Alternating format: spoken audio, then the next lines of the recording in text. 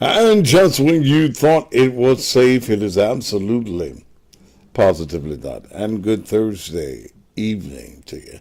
How y'all doing? Yeah, have you ever taken one of them naps that you didn't want to wake up? Well, you want to wake up, but you just, you wish you could just remain asleep for a little while. I took one of them, right? Took one of those this evening, and oh God, I was just off into the sleep, and I didn't wake up till about 10 minutes ago, and I almost said, "Shit, fuck this show today. I'm tired. Let me get me some sleepies." But I got on up and decided I'd come on here and just do this show this evening. How y'all doing though? Now, have your evening been good? It's been an interesting day. Good, good. I'm glad that you are here. Don't forget, we are putting together, or I'm putting together, a cruise for September the 4th through the 9th. That's the Labor Day weekend. And something, well, I'm scared of the pandemic. Well, the pandemic is there, and I think that there's the necessary precautions are going to be there. The ships have not started back to sailing as of right now. But as I'm told by the owners of the travel agency that I'm using, that by that time we should be back at sea. Here's the thing that I'm also saying, that those of you who pay your money, pay your deposits, pay whatever it is that you need to pay. Well, no, it ain't whatever you need to pay. You pay the fee, the cabin fee, that if by chance something pandemically happened, that you're going to get all of your monies back. So come on, go with me. You see the number scrolling across the screen. Instagram, you see it pinned at the bottom. The balcony is $744 per person. Ocean view, $609 per person. And the interior is $544 per person. Double occupancy is based upon, in some rooms you can have 3 people in there. And what goes on the ship, as Tom Joyner would say, stays on the ship. But you see the number. If you like to go, I have reserved 50 rooms. So that's 50 rooms of 2, or there could be 50 rooms of 3. That's going to be up to you and the persons that you would like to be in your room with you. Again, if there was anything that was going to happen, as the reason that you can't go because it's been canceled or the ships are not sailing, then you get your money back. But if you get your money involved and your boyfriend or your husband don't want you to go, well, thank you for your contribution to our cause of having a good time. Okay? Make sure that you do that. That, again, the number, it's going across the screen right now. And as soon as these 50 are gone, well, I will determine whether you shit out of luck or whether we're going to try to see if there are more rooms. And hey, Sade, and you don't always know whether there's going to be no more rooms because you didn't rent the whole boat. Okay, there's some other people who wants to go on the boat besides us. Okay, so let's do what we're doing. We'll be leaving out of Charleston, South Carolina, and again, the ship moors at 4 p.m. on that Saturday afternoon, Saturday before Labor Day, the 4th of the month. Okay? All right. Ooh. So, did y'all enjoy the midday show? It was a great show. Thank you for being a part of it. All right, let's get into today's show. I have asked you for show ideas. I mean, I do so many shows that sometimes coming up with new ideas and new shows. I have said, shit, what I'm going to do now? I do 10 shows a week. Yeah, 10 of these a week. 10 a week.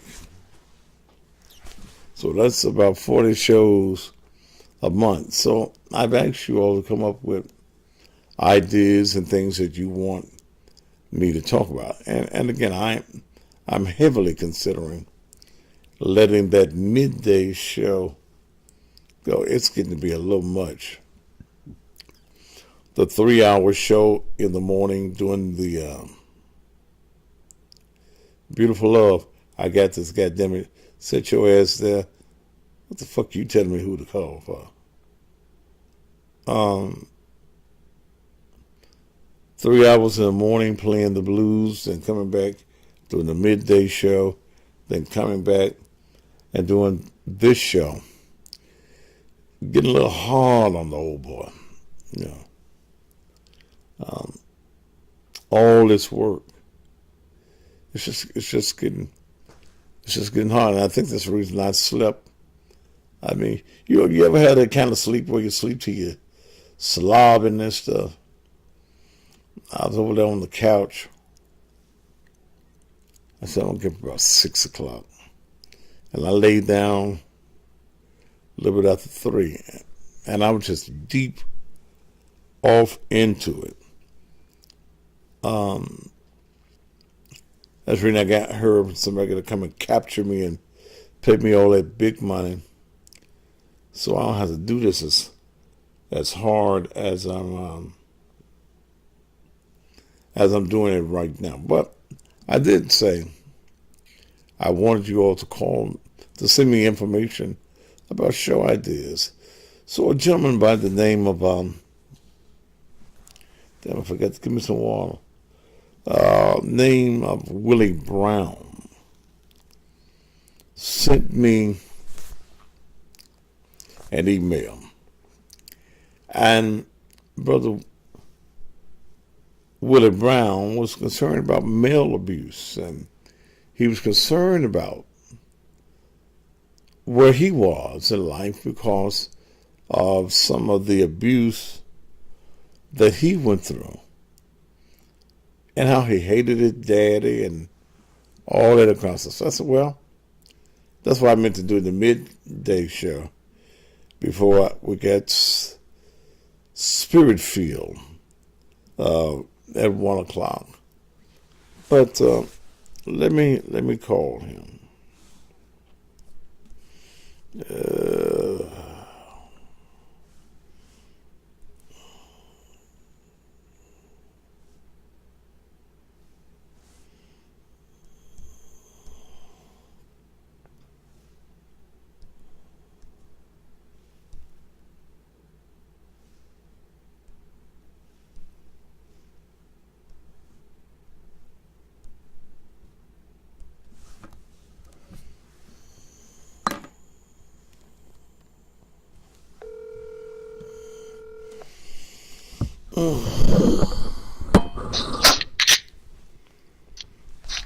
Pastor Matthew, what's going on?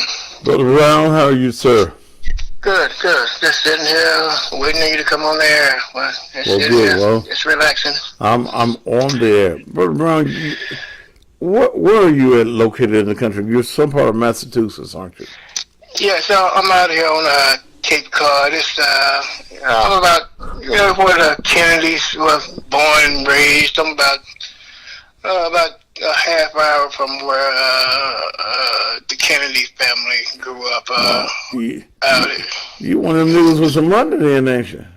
Well, I worked hard for it, but I Okay. ain't got that kind of money, you know. You got them where the Kennedys was staying. Why did you contact me, Brother Brown? Well, back here, let's see, maybe 2-3 weeks ago, you had a show, and it was in regards to men. Go get your sons. Go get your sons. Is that you? Does that topic ring a bell? Yeah. And that brought back those deep-rooted memories, and that made me. You know, I sit back and listen to the other shows. I laugh and I have a good time, man. You have me falling out here, man. Just really, really enjoy your show. But that kind of hit me on a personal level, you know. And by me having a 21-year-old son, that I'm very, very much involved in his life, because I didn't want him to grow up having any ill will towards me, as far as me not being a dad, because what I went through coming up, you know what I'm saying? So, Willie, how was your childhood? Well, like I say, I start off. Well, I'm 56 years old. I born and raised there in a little small town of Shaw, Mississippi. I don't know where you know. Now, what part of it? Shaw, Mississippi. That's right off Highway 61, between Yeah. Cleveland and Greenville. Yeah, I've heard of Shaw, Mississippi. Yeah. And I moved from there in 1988 to here. You know, to Okay. better myself. You know, because the job market was terrible and all that stuff. So that's how I ended up here in Massachusetts. Okay. But growing up, my father, I really, really didn't know the man until I got to be older, probably teenager, I guess. So, But, let me ask some questions along the way, Willie. Okay. So, you didn't grow up with a father in the house? Well, when I was old enough to even realize who a father was, he wasn't in the house, but he was still in the same town that we resided in. Okay. So, your mother and him were not married? Yes, they were, but I guess they were divorced, whatever. He was out doing, he was doing whatever when I was big enough to realize that. But you just know that he was not in the same house with you? No. Okay. No. So when you got about 10, what happened? Daddy started coming around or what? Well, just to get you a short story, you know, down in Mississippi, you know, there's plenty of, you know, back in those days, there were plenty of gravel roads and dirt roads. You know, there wasn't that many paved roads. You know, so my daddy drove a tractor trailer for a farmer that lived maybe a quarter mile to the south of where we lived. Mm-hmm. So on those occasions, when I was big enough to know that was Daddy, and when I used to see him coming from work, I used to get out there on the side of the road and try to flag him down, because I want to see my daddy. I give him my daddy. I just say hi, get a hug, or whatever, you know. So you knew who he was? Oh, yes, at that point in time, yes, I knew who he was. Okay. And, you know, and most of the time, you know, we're average people. If you see your child outside the road trying to flag you down, you stop or whatever. But, you know, and I remember this like yesterday, you know. The man kept on going and left me standing there in a cloud of damn dust. And, man, that's one memory I would never, ever, ever, ever forget. Okay. Ever. So you standing on the side of the road, trying to flag down your daddy, Yes, sir. and you know your daddy saw you. Oh, yes. Plain as day. Couldn't miss me, because, like I said, it was a dirt road, you know. It wasn't no two-lane. It was just a dirt road. And he... Yes. kept So going. here come your dad. Did this happen more than one time, Willie? No, it just happened that once, and sometimes it only take one occasion like that pretty much scar you for life. So, Willie, are you sure he saw you though? There was no way to miss me. Huh? No way to miss me. Maybe his mind was on driving the white man's truck, getting the load somewhere, had to be there at a certain time. So this was after work. This was after the day was done. He was in his own personal vehicle at this point in time. Oh. So he just passed you by. How did that make you feel, man?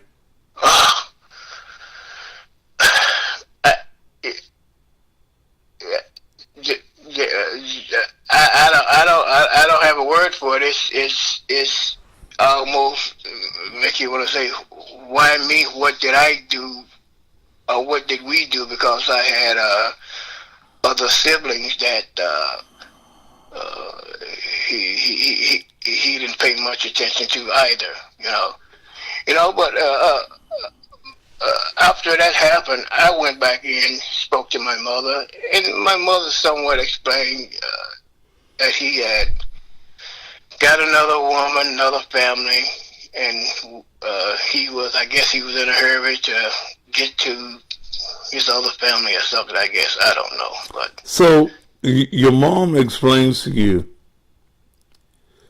that they had been married, right? Yes. They were married.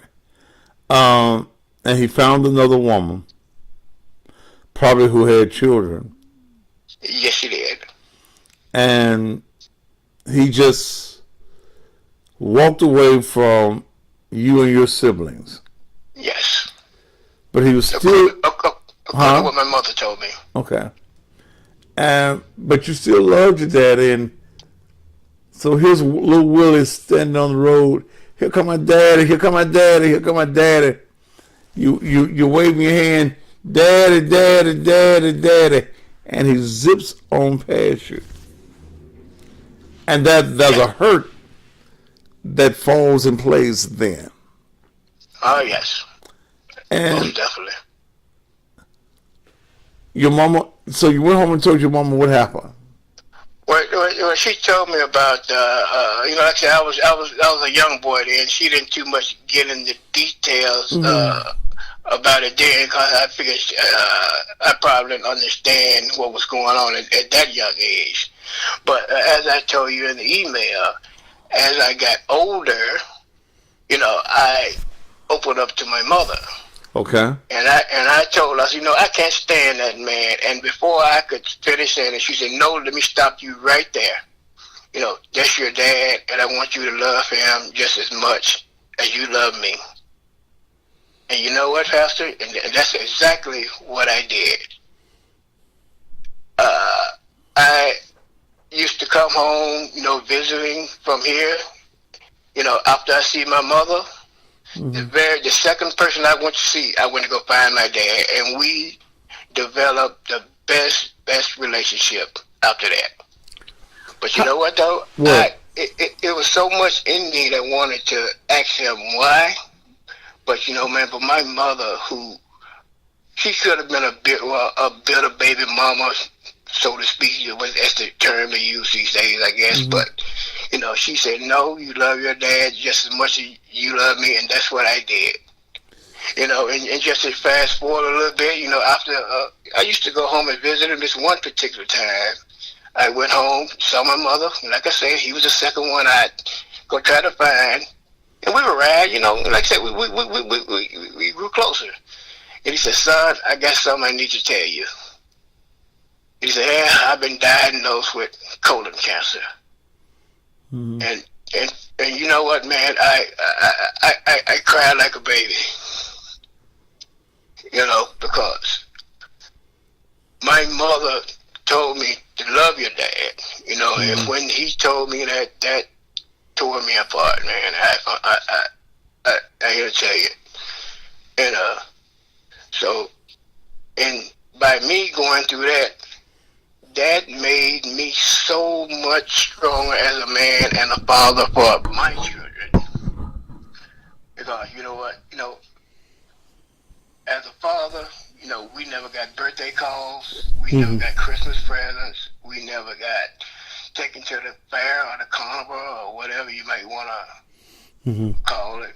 And but his new family, quote unquote, the new bicycle at Christmas, you know what I'm saying?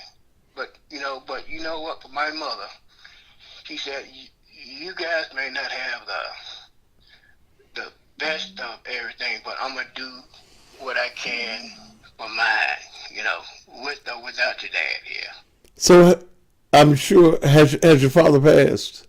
Yes, just here, my father passed in October of 2015, and we had to turn around a year later, October 2016. I lost my mother. So when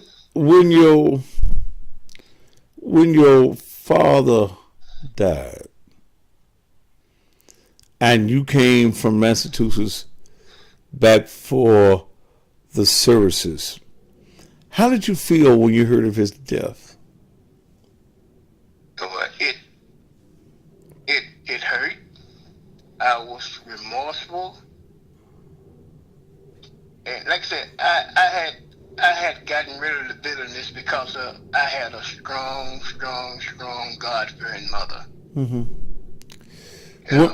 When you came for the funeral services, were you sitting with the new family? What the family that was at the funeral service, this was his third wife. Okay. This wasn't the second wife. It was the third wife. But yes, we get along well. Because I have two siblings with that family. By him. So yes. So there's no ill will. There was no ill will between at his funeral service between myself, my siblings, and my other two siblings by his current wife at that time.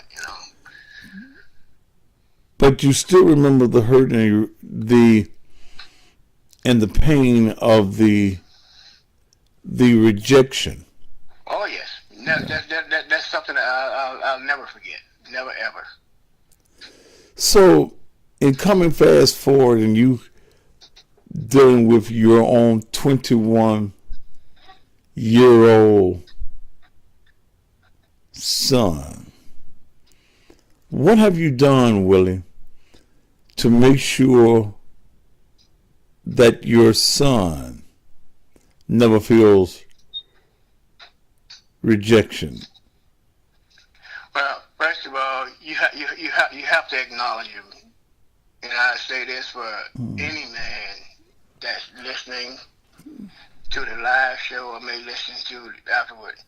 You got to give your son, especially boys these days, you got to give them some time. You got to act like you care, because after me and his mom split. And I told him, I said, you know what, I'm going to be right around the corner. You get out of line, I already told your mother to call me, and we're going to have a discussion of whatever we need to do. He was around 15, 16. She called me and said, hey, you need to come talk to your son. He has started to talk back and this and that. I said, okay, I'll be over there right after I got out of work. So I got out of work. I went over to the house. I said, come on, let's go down to the basement. You and I, we need to have a talk. And I can see the look on his face because he know I had already told him. Sometimes you have to put that fear in those boys to let them know if you get out of line, this is what's going on. But you got what they call that tough love. Sometimes you got to, and he's very, very respectful kid. And his mother said, I don't know what you told him, but he did a whole complete circle, and he, she had no more issues out of him since then. Okay. Well, really, one of the most, and someone has it on the screen, one of the most powerful things that you had, man, was forgiveness. Okay? Yes, absolutely. You didn't let, and I guess, and from hearing you, I never hear where you had the bitterness, but you had the hurt. And, I look back, man, I look back on my life, and I wasn't raised with a father either. My mom was 16 when I was born. I had a good life. And my mother was 18. Yeah. I had a good life. I had women that raised me and did all of their good. Man, I didn't even realize the effects of a father or a father not being around until I got older. Okay. Same here. Same here. Because I never had a hungry day.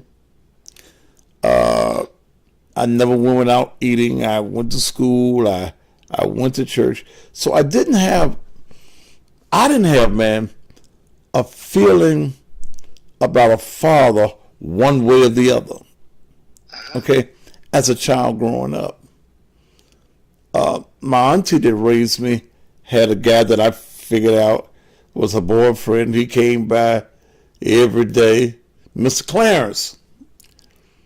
He told me how to drive, but he wasn't my daddy, man. We didn't have them father-son conversations. And as I got older, man, and I started getting in a little trouble and things like that, and start being hard-headed and talking back and getting hit in the mouth, because the women that I was raised by didn't tolerate that talking back, that Neither did my mother. Same way. that mumbling under your tongue, and as they called it back in the day. And I remember one time I went to juvenile court, and I remember the white man saying, "You ain't got no daddy. If you had a daddy, you wouldn't be acting out the way he was." I think I cussed him out. But he said some things that hit home, man. I had never even talked about my man. Look, I was grown when I asked what was my daddy's name. My daddy never came around. I remember he came around once. I was about 8 or 9 years old, and he happened to come by the house. I never will forget it, man. I was watching a picture. You probably ain't old enough yet to remember. I was watching the Green Hornet and Cato. I heard the Green Hornet, not Cato. Yeah, well. And he stopped by the house. Now, I'm 8 or 9 years old. I didn't know him. And your daddy in here. I'm looking at the Green Hornet and Cato. What y'all bothering me for? Hey, who the hell is this? Yeah, I came in and I looked at him. Now, is there something I'm supposed to say, or is there something I'm supposed to do? Because this can't be my daddy. I ain't never heard of him before. Yeah. So I never saw him again in life, brother. Okay? As I got older, this thing of daddy became a bothersome. It started picking at me. Who is my daddy? And the only thing I started wondering about, man, how much of that man is me? I look like my mama. I act like my mama. I cuss like my mama. My mama can sing. I sing. I could see all of me in my mama. But I knew from going to school about that thing that they call DNA that was some of my daddy that was in me. And found out, I sitting out talking to my mom one day, I'm at the house. What's my daddy's name? And I think it took my mom by surprise, because we had never in my life, man, had a conversation about my daddy. She looked at me. She said his name is George Williams. I said, where you meet my daddy at? And she went on to tell me as much as grown folk gonna tell their children, because you never get grown to them. I met him in school. He was older than her. My mama was fast. I'm grateful she was fast, though I wouldn't be here though. Okay, I'll never put down the fact that she had a child. She had me at 16 years old, though I wouldn't be here, brother. You understand what I'm saying? I understand. And let me tell you the biggest effect that not having a father had on me. Okay? I didn't know how to be a father. I didn't know. I didn't know to a certain extent, you know. Okay. My philosophy of it was, and the way I approached being a father, being there, be involved, care for them, and be concerned, call on birthdays, call on Christmas. But man, wait a minute. I didn't know you're supposed to do that. Mm-hmm. Well, just Okay. something I decided to do on my own, because I didn't get that as an upbringing, so I tried to take a different approach. But Willie, I didn't know that a dad's supposed to love his children like that. Mm-hmm. Okay? So, for years, I wasn't a daddy that I am now. Okay? My oldest daughter, we get along, but there is still some resentment that I wasn't there in her real early life. I've got a son, man. I've had two sons. One of my sons was killed by a drunk driver about 4 years ago. Yes, I heard you talk about that, yes. But my other son, man, he's the very image of me. If what God said, let me make man in my own image and likeness, that boy is the very image of me. He looks like me. He acts 100% like me. Okay? 100%. He acts like me. Then my baby girl, she's her daddy's baby. But for years, I was an absent father. I didn't know what to do. Man, when I kept, the daddy thing kept bothering me. But now I'm good and grown. And I had the power to find him, but I didn't know really if I really wanted to find him or not. My mom and I never had the conversation again about my dad. Okay, we never had another conversation about my daddy. And let me tell you what brought me into where I am now as a father. And this is the reason I tell men, it's never too late to go get your children. That's right. I remember you saying that the other day. Go get your son, man. I was 50 years old, man. I was 50 years old. I had a casual relationship with my children, but I wasn't daddy. Okay? And I was at my mom's house. And the AARP card came. It was my birthday. I was at my mom's house. I went by there. And the card said, "Today you are 50." And now here I am. I'm a grown man.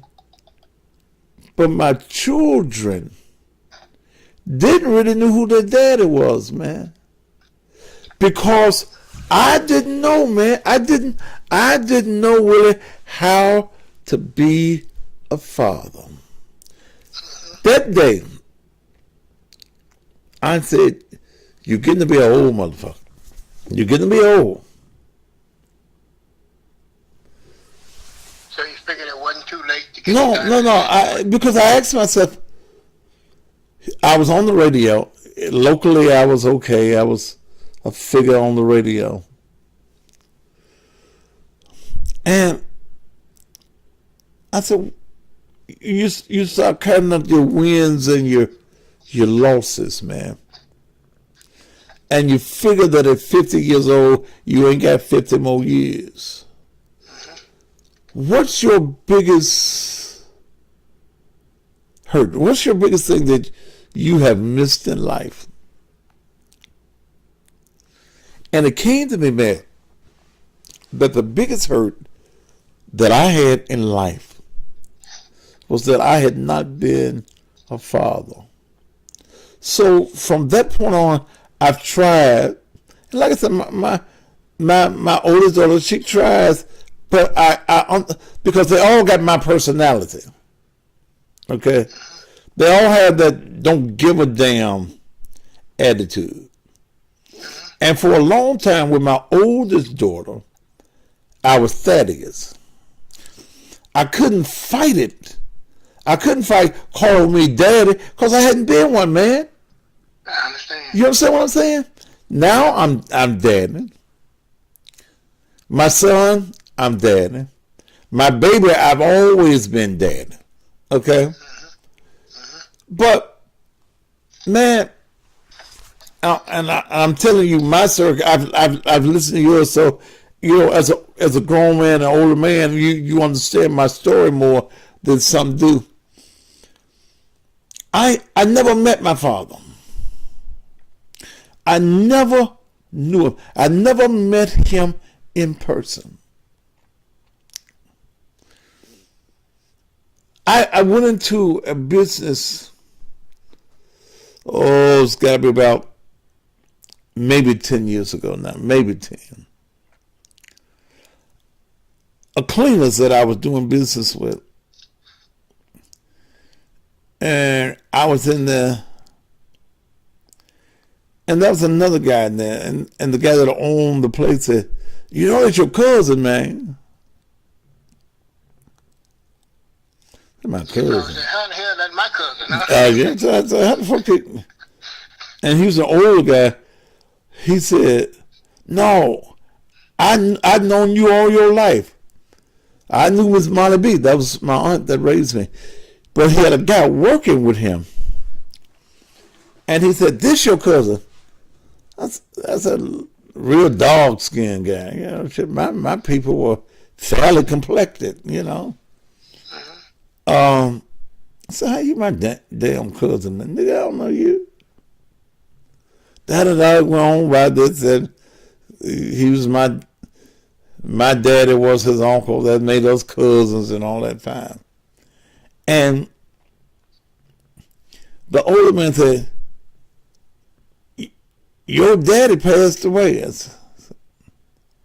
I didn't know what, unlike you, man, I didn't know how to feel. I didn't know him. You just dead. Okay, you've been dead to me all your life, man. You dead. So, what I did, man, I didn't say nothing. I said, okay. I said, the nigga dead. The man told me, he says, I got a copy of your daddy's funeral program. I'm going to drop it off by here so you can see it. Me, in my outward, was saying, give a damn about those funeral program. Damn thing. Yeah, shit. Nigga dead. Shit, I don't know him. Okay, just and a few days later, I went by the place. I basically tried to put that conversation out of my mind. And he had left me about 4 or 5 copies of the funeral program. So I told the guy that I went by there, I don't give a shit about that. I don't care nothing about that. But I took the programs. And man, I went back out to my car because they were in a bag. I took the programs out. I looked at the man. I know I'm supposed to be looking like my mama, but I look like this man. Yeah, you saw a little bit of you in there, man. So then, man, I said, okay. I started reading his obituary.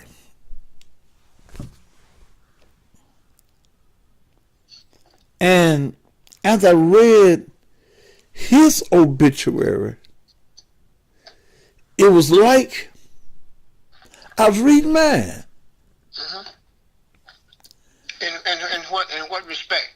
Well, in that many of the things that I've done in life, he had already did.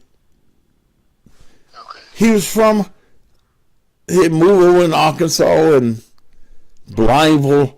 He was in Blineville. He moved out of Memphis. He was in Blineville, Arkansas. He had, the program said, and I don't have one here at the house, is in my office, but it went on to talk about how vocal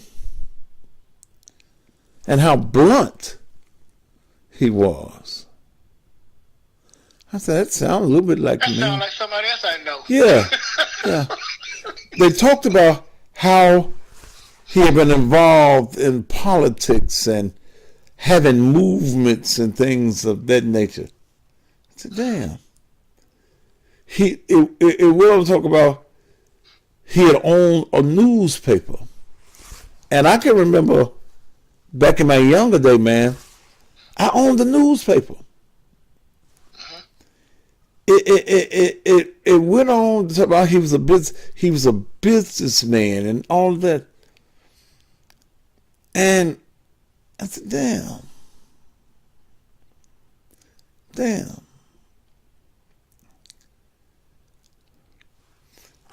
I said, damn. I couldn't believe it, man. The only word you could come up with was damn. That's all I could come up with. And I didn't know he had some some siblings which were made them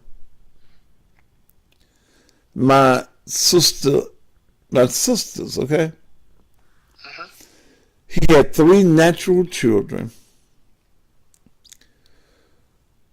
So I want to reach out. So now I'm curious, man. See, I'm by myself. So that facade of not giving a damn was no longer there. I'm sitting in the car, crying a little bit, and I'm wiping my eyes. You know, what the hell I'm crying for? I don't know this man. And not to cut you off, that was my same emotions when my dad passed away. Man, that tore me up. And I hardly knew the man. And I said, why am I crying? I don't know this man. And that macho thing tried to come on me. Why I give a damn about a man that ain't never been there in my life? Why am I supposed to care? I looked at the film program and I looked at, yeah, you're right, Smullins, because when I looked at him, I was looking at what made me. Even though my mother was the carrier, if it hadn't been for that man that planted the seed, I could have not grown to whatever kind of flower I am now. I looked at the film program, man. I said, I don't know where these folk are. It was over in a little place in Arkansas. I ain't gonna go over in Arkansas. Shit. But there was a preacher on the program that I knew, that was on his program. His name was Pastor Theodis Cochran. I called Theodis. You know, preachers don't like getting a message from me because they always think I'm going to put them on the show. You going to do something? Yeah. You up to something? I left a message for Theodis because I've been to his church a few times. I knew him. I said, man, call me. And he called me with trembling and fear in his voice. Because he thought I knew something on him and I was going to expose him. I said, man, you were on a funeral about 4 or 5 years ago. And I gave the name, George Williams. He said, yeah, George was one of my teachers. I said, man, that was my father. I said, put me in contact with those people. So he had, because I didn't know what to say, man. Okay. I didn't know what to say. He had a wife. He may have not even told his wife about me. I didn't want to disrupt this woman's life. But he gave me the number. I put it off. I always found myself busy, too busy to make this call. One day I called his wife. And that was a conversation I didn't know. I never usually had a loss for words.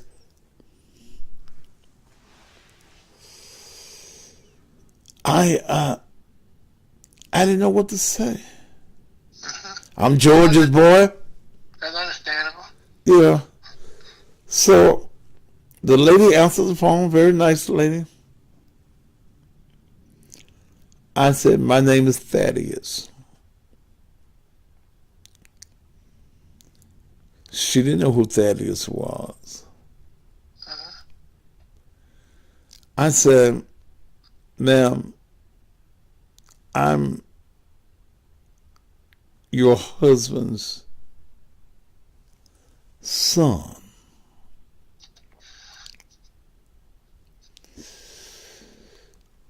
Man, that was a long silence. Yeah, that long pause. Don't know what's coming next. Huh? Here I am, man. I ain't scared of nothing, but I found myself scared. Boy, Instagram, hold on just a minute. Instagram, y'all fading out. Do y'all want to come back?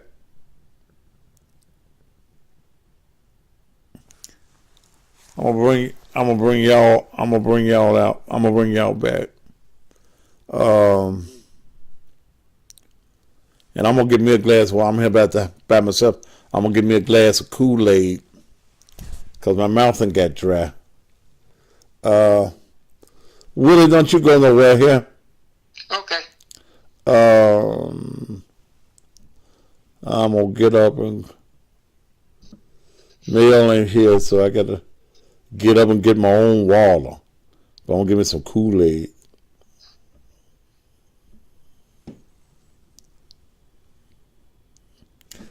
Give me just a minute, Willie, and we'll be back. Okay.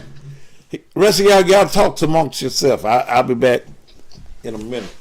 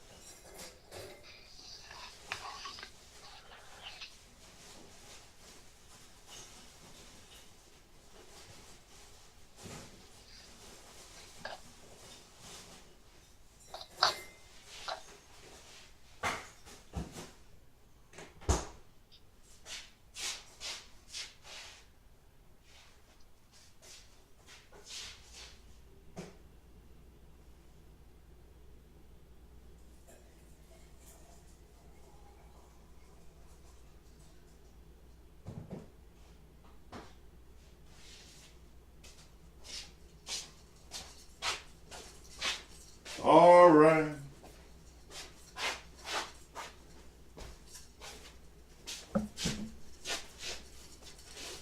Willie, you still here? Yeah, I'm here. All right. All right. So Willie,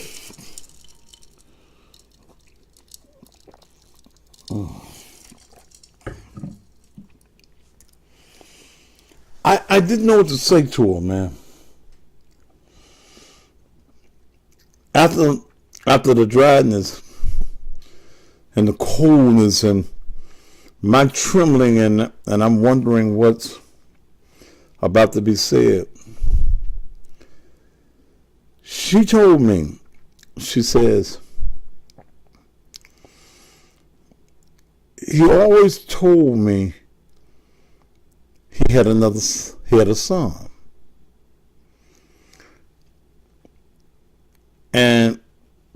But he never told me the name.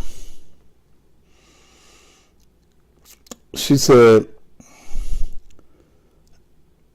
I'd love to meet you. Mm. I said, yes, ma'am. I'd love to meet you too. She says she had to come over to Memphis to go to the doctor. And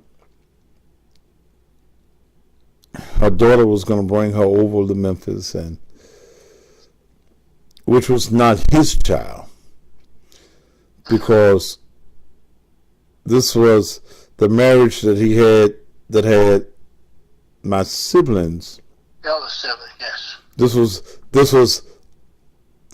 that was his ex-wife. Okay, so that side of the family, they knew each other, but they weren't all that close.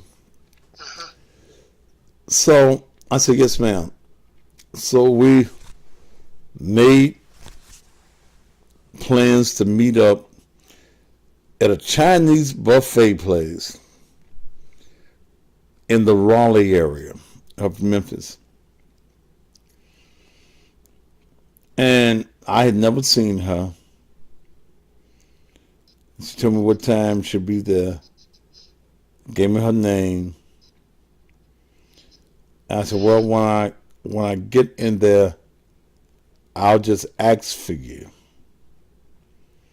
I'm going to be driving this, that, or the other.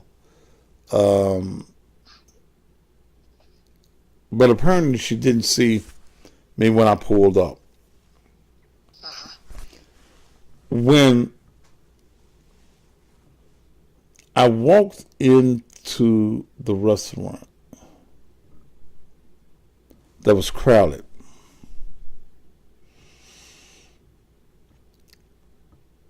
she had forgot my name was Thaddeus. Okay?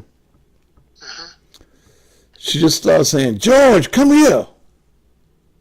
George, huh? No. She said, I look so much like her husband that she knew me.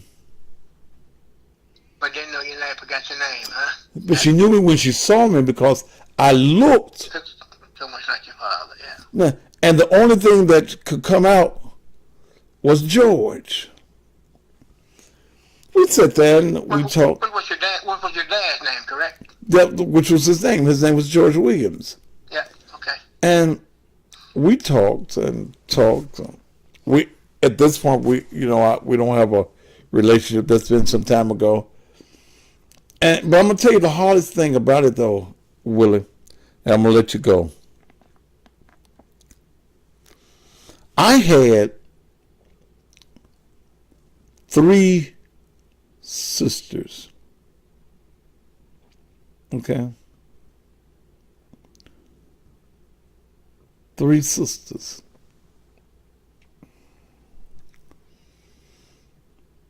One of the sisters, and she was the one I never met, lived in Houston, Texas. We never met. I kept putting off going to Houston to meet her.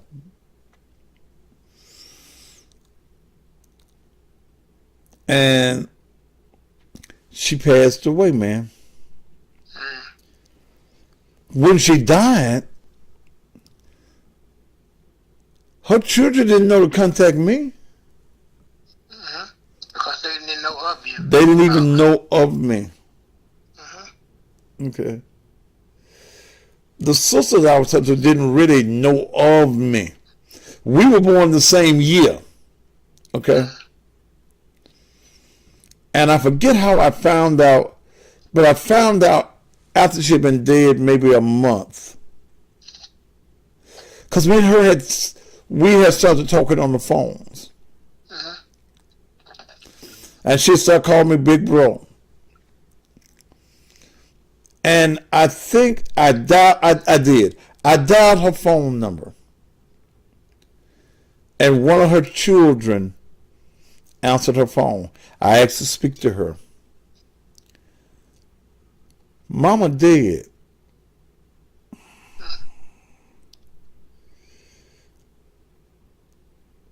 who can I say is calling? I said, well, I'm just, a rock and a hard place. yeah, all I said to her children was, I can't say I'm your uncle. I'm not going to say I'm your uncle. I'm just a friend. I'm just a close friend. And I hadn't talked to her in a while. You all have my condolences. One of the sisters and I, because I took them, to meet them, man, I took them all to dinner. I'm excited, man. I'm going to meet my new, I got some sisters, you know? And by my mom, I ain't got but one sister, you know? But I had some grown sisters, man. I took them all to dinner. Let me tell you one of the biggest hurts, man.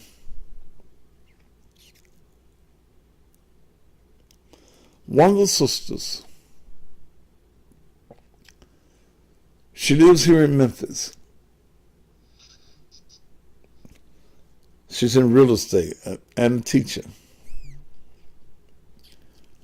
Her name is Sharon Williams. I was sitting up on the TV one night when I was on cable. Me and her pastor were going at it. Okay. Bishop Brandon Porter of the Greater Community Temple Church of God in Christ. Now, Brandon and I have went back and forth for years. If I see Brandon out at Houston's or someplace where we always got something to say. I call Brandon from time to time when I need to know some things that are going on and I don't want to speculate. Brandon and I have a rapport. We ain't buddies, but we get along. Okay, we come from the same era. We come from North Memphis. I knew him when he was a young boy. I'm setting up on the app with my phone here like I do all the time. Never forget it. It's a Monday night. I'm on the air. And I get a text from Sharon. And I knew Sharon was my sister because she looks, her and my oldest daughter could be twins. I mean, they look so much alike that it was mind-blowing.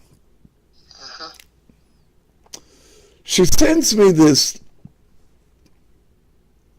text message. This is Sharon. Okay. Then she tells me, I can't be your sister. How that's supposed to happen? Yeah. I don't want to be your sister.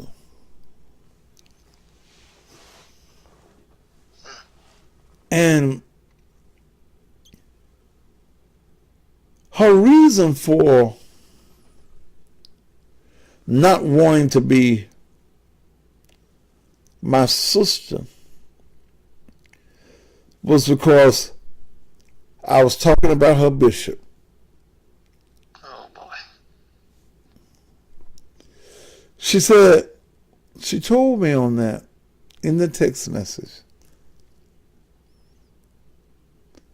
we don't need to contact each other at all.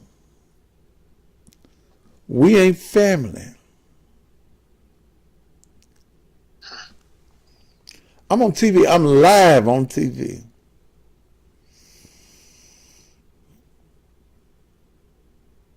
And so now I got to play this off on TV. Because for some reason, Willie, unbeknownst to me, it was like a dagger hitting me in my heart, man.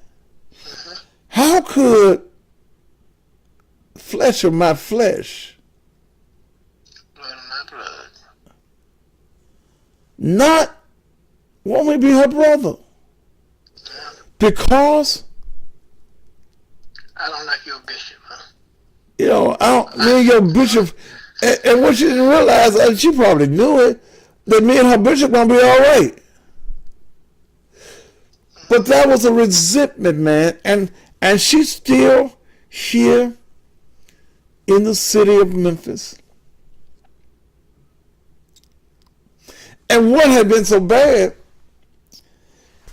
she had taught two of my grandsons In the school, sir. in school. They didn't know her. She didn't know them. But she had been teacher at Denver Elementary of two of my grandchildren. So I haven't said, I never reached out to her again. Because you can't make folk want you. Correct. You can't make folk want to be family. Man, so I understand really where you are. And I wanted you to know you ain't in this thing of loneliness for a family, or you're not in this thing of wanting your father. And I came to realize at that point, man, I had missed my daddy. That was hard for me to say, man. I had missed a man that I didn't know. I began as a old grown man. What would it have been like if my daddy had been in my life? He didn't have to come see me every day. What if he had told me some things about the little girls, and I made some mistakes and things like that? Some of the trouble that I got into as a young man, he could have led me another way. What if he had just tossed a football with me? What if he had just taught me how to drive? I had never thought about it all of those years. And here I am, old and grown. Damn. And still probably wondering what if, huh? What if? The what ifs of life. I'm going to preach that. Yeah. The what ifs Yeah. of life, man. The what ifs. Yeah. I didn't get a chance to know him. I didn't get a chance to go to the funeral. The other children don't want no part of me. There was a hurt there that at that time I would never publicly say it mattered to me. I had to keep up the Thaddeus Matthews image.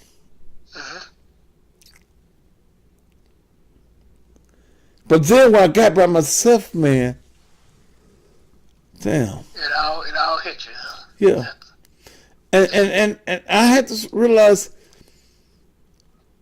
that every child wants their father. And I'm reading on Instagram and I'm reading a brother on here who's talking about his hate for his father. And I realized, man,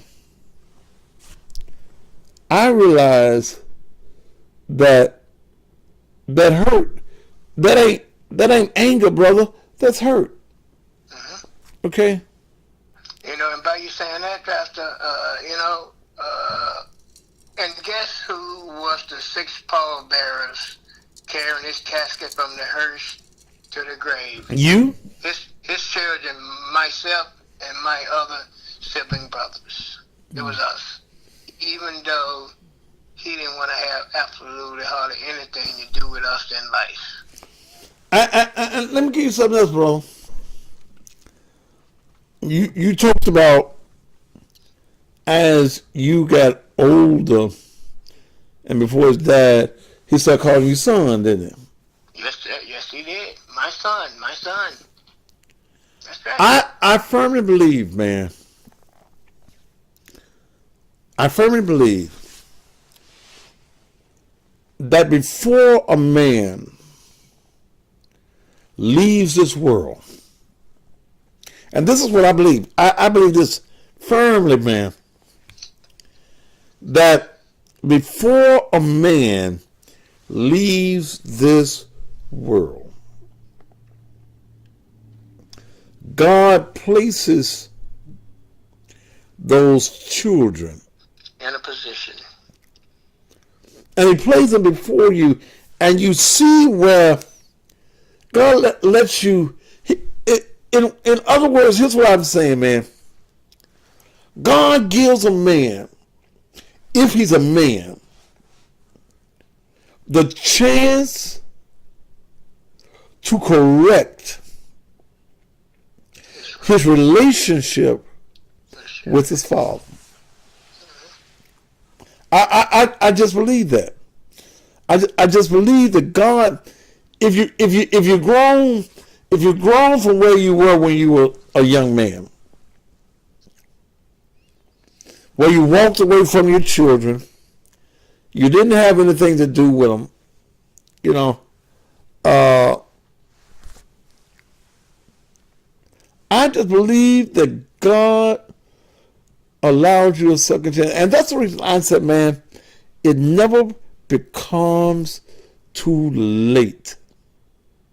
You're absolutely correct. To get your son.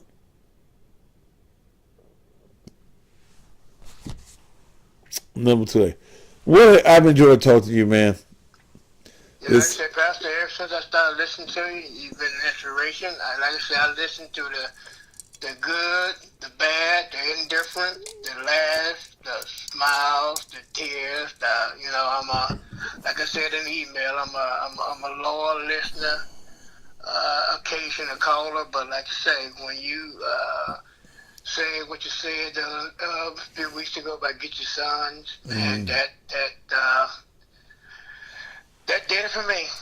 And, do you remember the show I did way back last summer, where my son now that's alive and I were real estranged? Do you remember the show I did with him? Which one was that? I did a show. I did a show where I confess that I had not been his dad. I had not been his father. He had a lot of resentment for me. Such as I had for my father until my mother set me down and we had that conversation. Yeah. I understand that. Yeah. Brother Brown, thank you so much for your time. I kept you about an hour. Oh man, like I said, thank you for being a listening ear, and like I said, keep on doing what you're doing, and I keep on listening. Have a good night, Pastor. Bless you, man. Thank you so much. All right. That was Brother Willie Williams, hour and 4 minutes to be exact.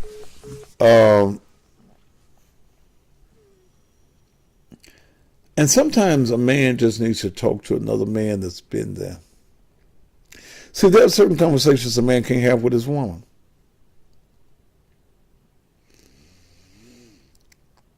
I'm going to see if I can find that show and maybe play it again one day.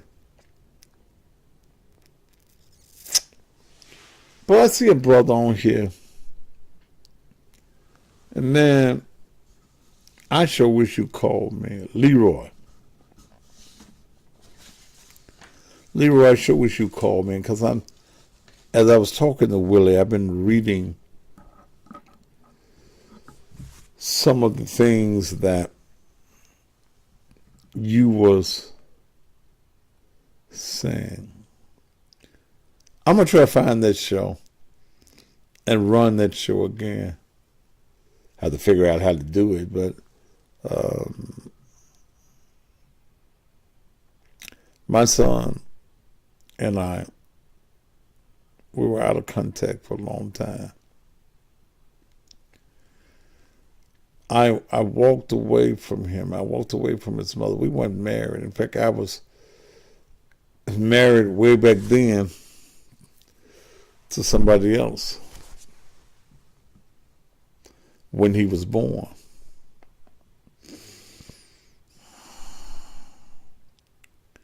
And he's very vocal like I am.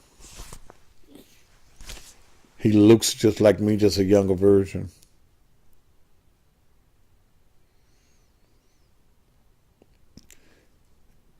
And he has a son. We talk now about it.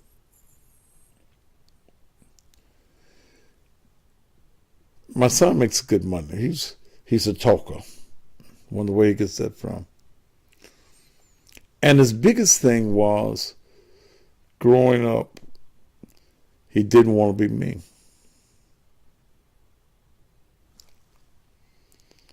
Because I wasn't a good father to him when he was growing up. He looks in the mirror and he sees me. His son doesn't wear the same piece of clothing to school twice a month. He spends hundreds of dollars, thousands of dollars on that boy.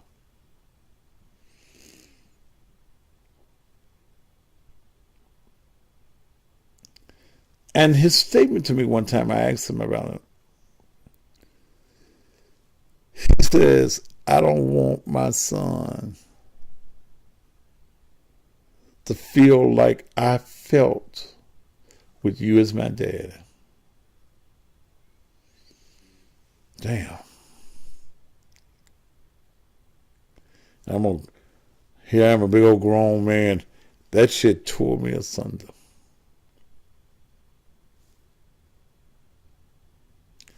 And I did a show. He acts like me. He walks like me.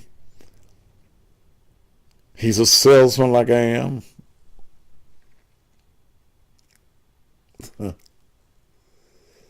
He got a little hole in him too.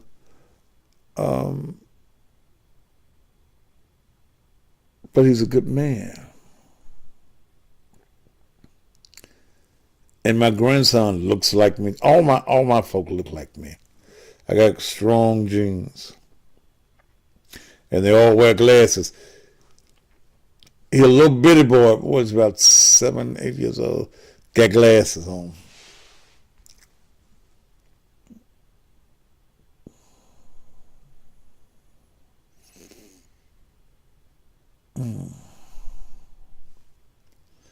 But I can understand him.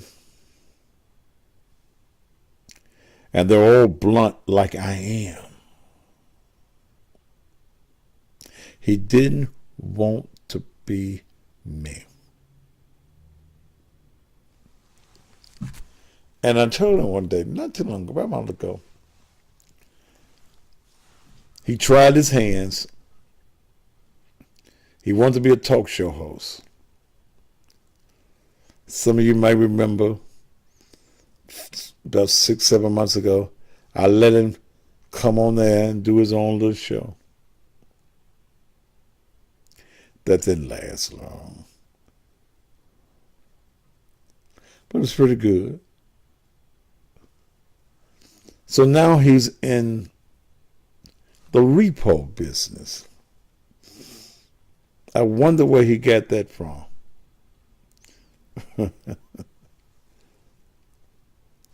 But I still tell men,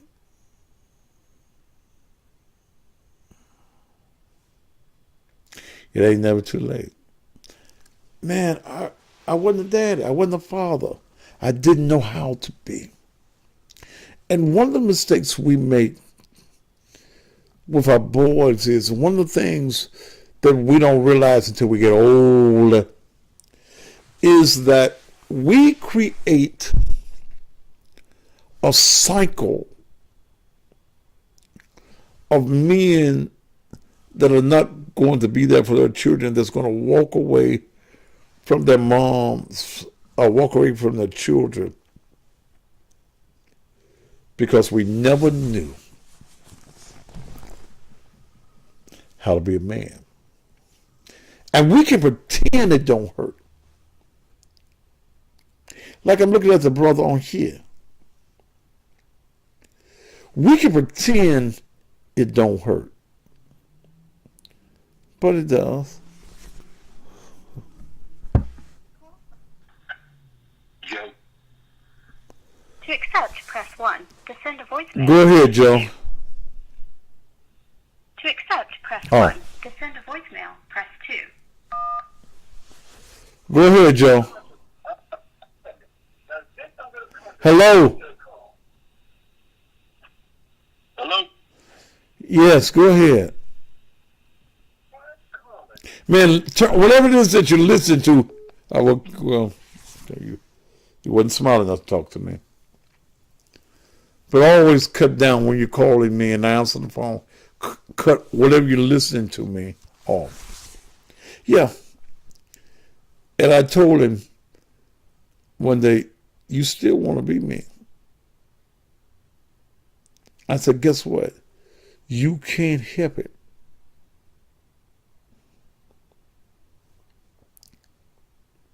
You can't help it. Because I am you. When you look in the mirror, you see me. When you act out, your wife tells you, you just like your dad.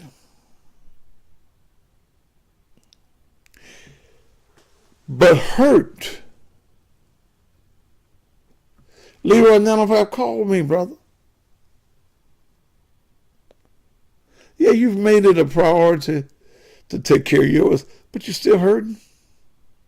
I can tell from your comments that you've made on the post, and I was reading them. You're still hurting.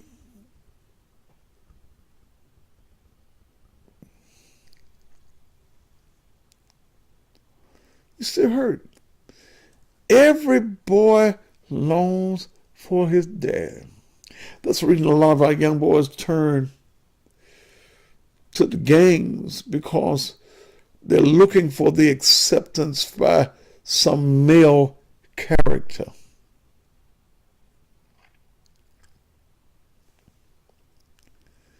Every boy wants his daddy, man.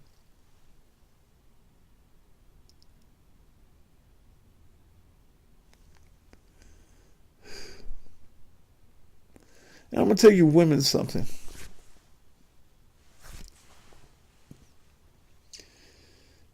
If the man ain't but a piece of shit man, you chose a piece of shit man.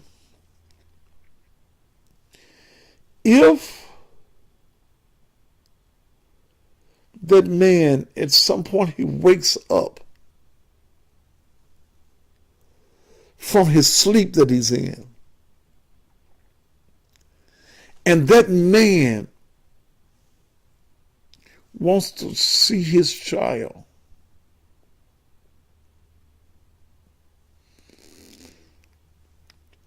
don't be a hindrance. Let's go to DeKalb, Illinois. John L. To accept, press 1. To send a voicemail. Did you say Donnell? John L. John L. Go ahead, sir. Yeah, Pastor. You got a great topic tonight. I just want to share my story. Okay.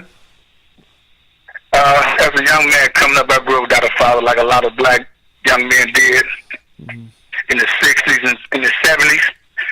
And I carried around a lot of anger for my father. And I'm saying this for the brother who's who's doing the text messaging. I was angry. I was resentful, and I carried around it for 10 years. Angry at my father. I didn't spend any time with him. Never got to go anywhere with him. Never talked to him. He never told me he loved me or any of that. And it's not, my story's not unique, because there's a lot of black men in America. Suffering from the same thing. Mm-hmm. And I carried this around so long, this resentment. But I just want to put this out there. A lot of time, the mother of these boys don't understand the impact it's going to have on them, because they try to keep them away from their father based on a fair relationship that they had with him. Mm-hmm. Mm-hmm. So as time went on, Pastor, one night I was asleep, and I just had a dream about my father. And he was sitting there, and a lady was brushing his hair, and I was standing there. He said, "This is my oldest son, and I have money for him." And I was like, "No, Daddy, give it to my children." And the following day, I had the exact same dream. Mm-hmm. So I realized from that dream that my father really cared a great deal for me. He never did get a chance to express that in life. But I truly believe that God sent that dream to me to ease the pain that I was feeling. So I actually called my mother, and I explained this dream to her. And my mother's one of those women who talk all the time, Pastor. You can't get a word in. Mm-hmm. But when I told her this dream, she didn't have a word. I told her, I said, Mom, I had this dream, and this is what happened. And I only got one problem now. I didn't get a chance to spend any time with my father. Mm-hmm. And she was silent. So I realized from that, like a lot of men in their 50s like I am, you have to find a way to get rid of the anger and the pain. I went out of my way to make sure that my children was raised right, and I was a father to them. Mm-hmm. But time is a monster, and if you don't fix that issue, it's going to eat you up, and you're going to die with a lot of pain and resentment in your heart.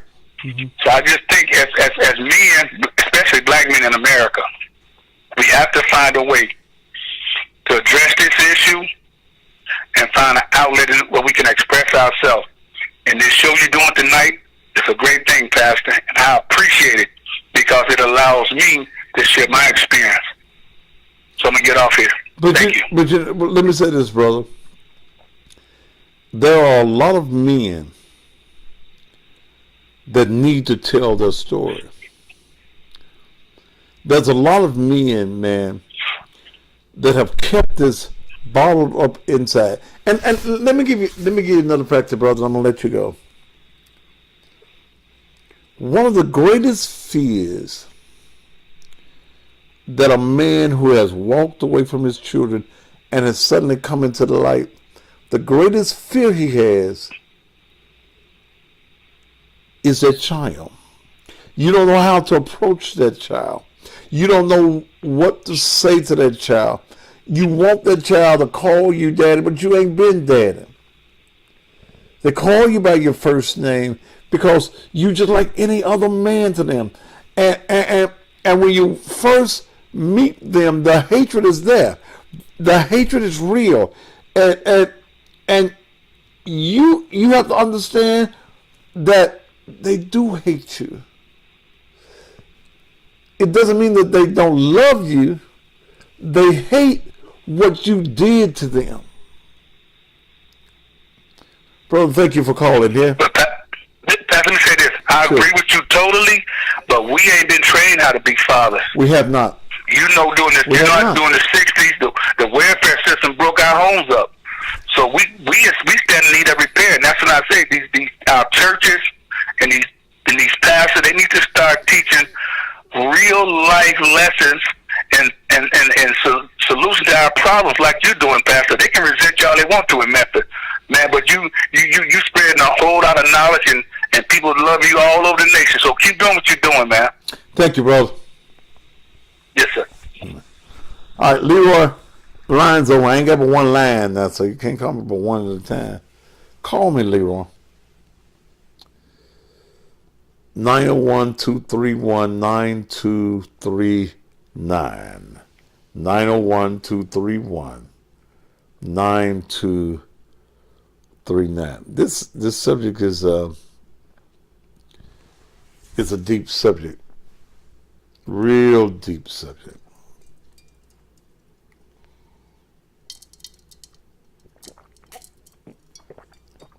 Thank you, Brother Brown, for giving me this subject. If you got a subject you want me to talk about or talk on, send me an email, cussingpastormember@gmail.com. cussingpastormember@gmail.com. Brother Leroy, call me. Okay. You got the opportunity right now. The lines is open. 901-231-9239. But you women, you don't have to put the man down. He's a no good motherfucker. Da, da, da, da. Your child will see that he ain't no good. You made the choice of who his daddy was.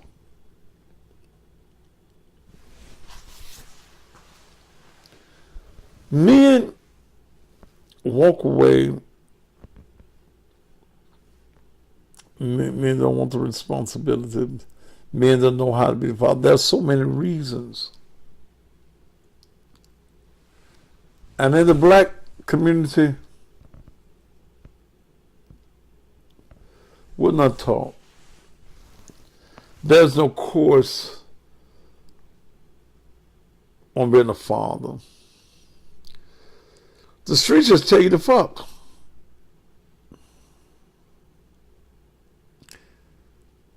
But the streets don't teach you what to do after you fuck and you get a baby.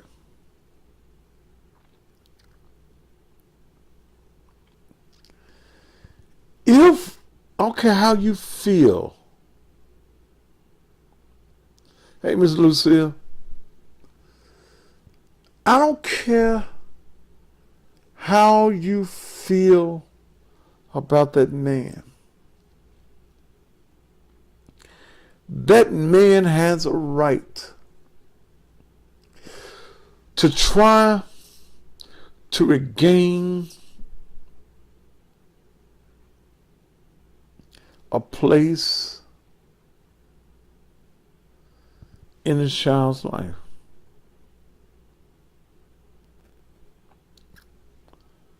Some of us as men, we never wake up.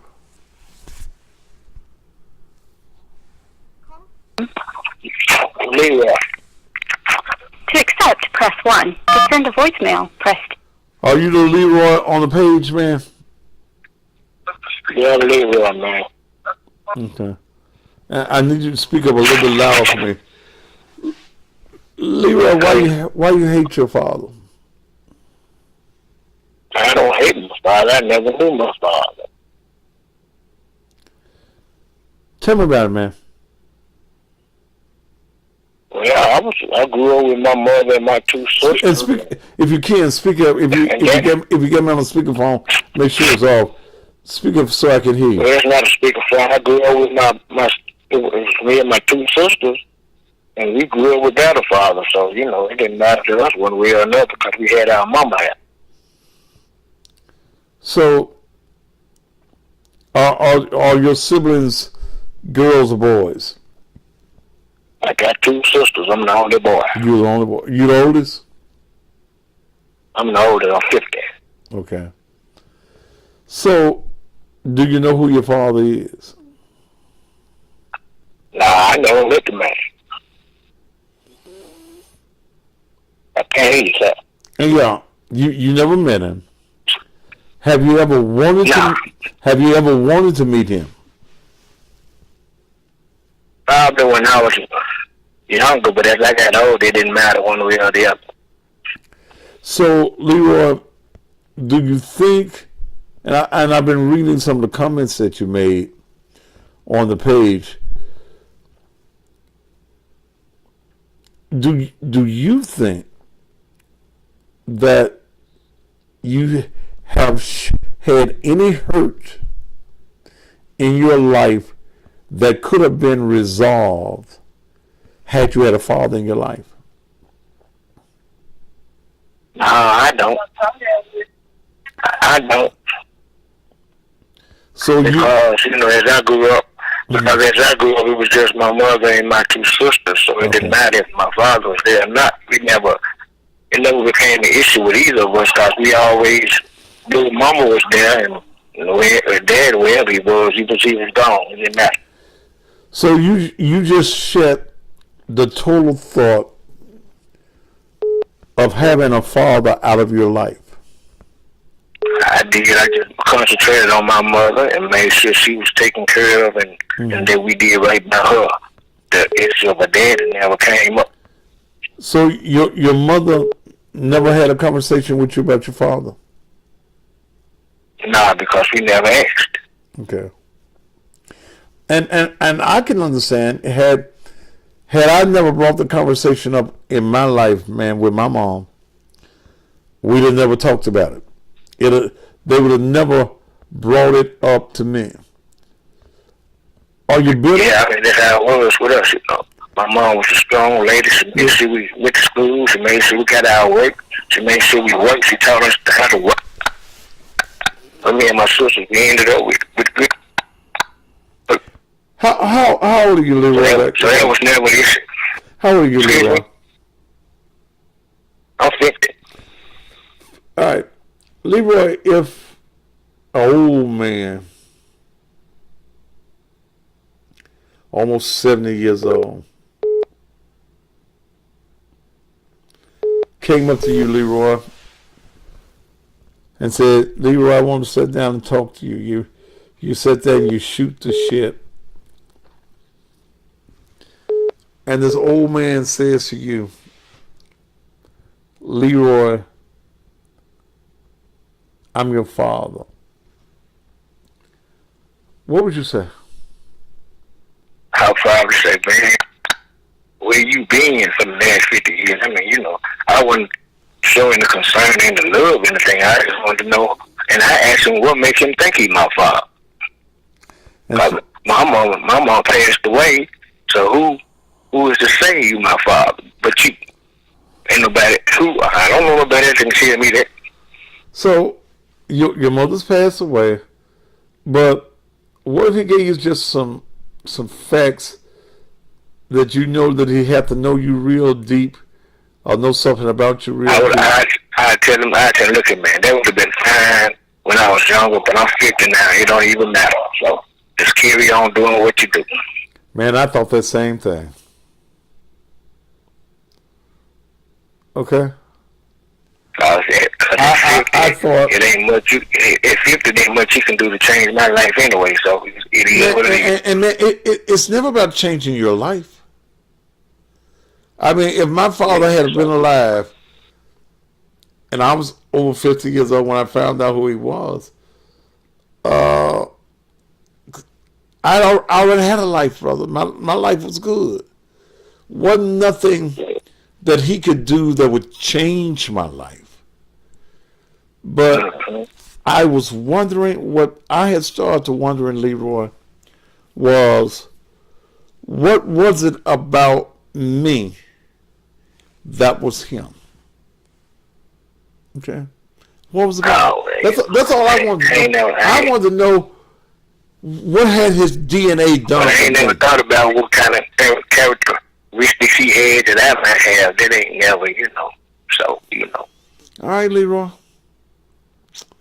You be good, brother. And I was like, me too. I had a cousin coming to me a couple of weeks ago. So, man, you don't have me a cousin? I was like, man, I know all my cousins. 50 years old, you being my cousin don't even matter, bro. I know all my cousins. I grew up with. In other words, you don't want no link. I don't want. We ain't got to have no link, no conversation, no nothing, man. You hang out with your cousin when you're young and you do young cousin stuff. Go to clubs and do all that kind of stuff. At 50, I don't need to know no more cousins. You don't need no old cousins. No, I don't need. All right, Leroy.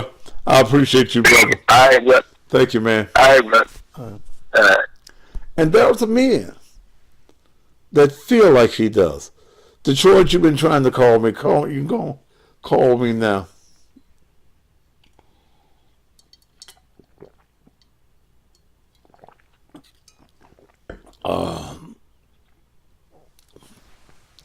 Yeah, Bella, I agree.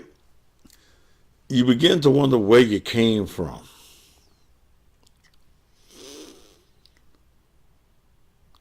I'm the dad of that baby. You wonder these things. When men hurt differently than women. Because we're taught that we're not supposed to hurt. We're taught that we're not supposed to have the feelings, and we're taught that you're not supposed to have the emotions. It's probably like Leroy, don't give a damn. But deep down on the inside, you wonder.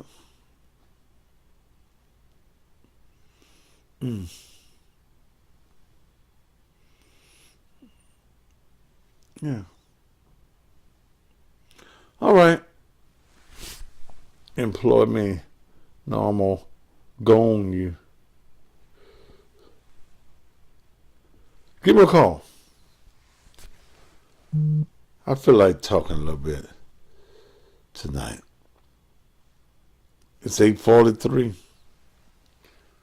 Instagram gonna time out again in a few. Detroit, you were trying to reach me. You're gonna call me.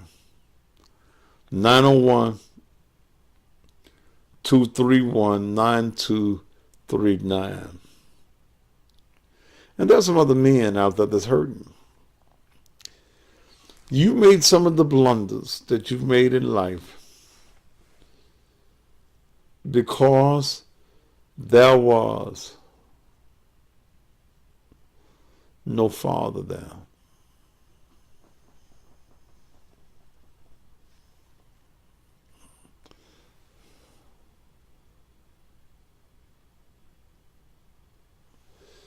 Yeah.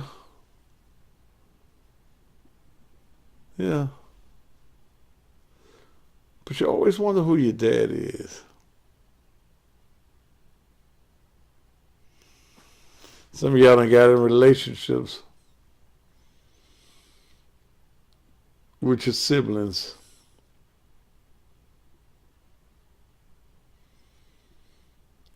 And may miss the babies because y'all didn't know that y'all was sister and brother. I agree with you, Payne. He says, Pastor, we hurt more than our fathers as men. Because if you have not been taught what to do with your own children besides make them,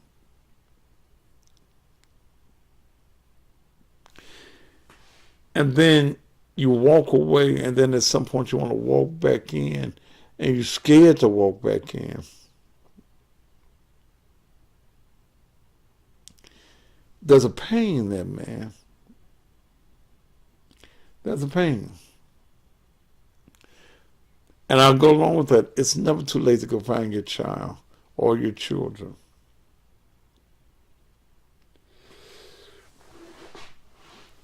And some men are scared to forgive themselves.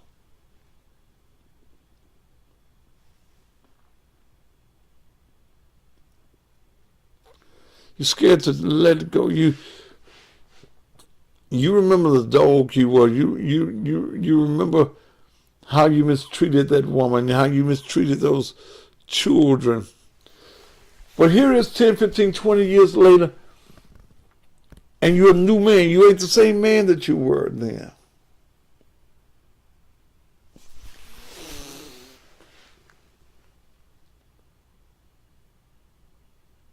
And you want to meet your child. You want to talk to your son. You want to talk to your daughter. But you're fearful of the rejection that you're going to get. Because when you show up, that child gets to show you the feelings that they've been wanting to feel, show you all their lives. They've been wanting to show you how much you hurt them. So then they say the things that they know is going to hurt you. They mean them, yes. Yes. Yes. But the resentment is not always hate. The resentment becomes anger.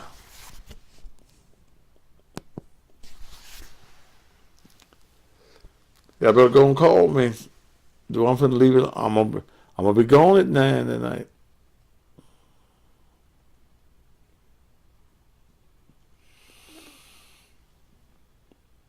I call this ministering. I don't know when I'm giving men the opportunity to get it off your chest, to purge yourself, to talk about it. And I tell every man, forgive yourself. Gather up your balls, man, and go and find that child. You may be rejected.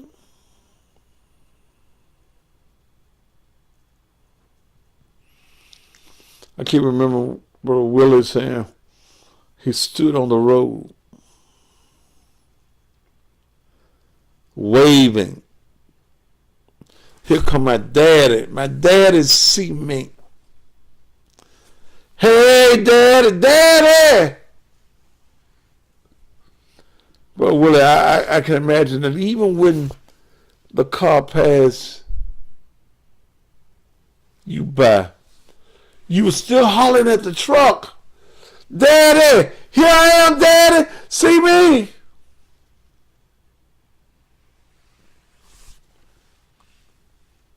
Because even though he passed you by, you still wanted your daddy to see you.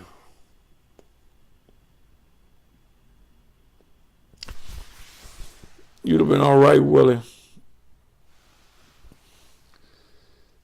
if he wasn't there but 10 seconds.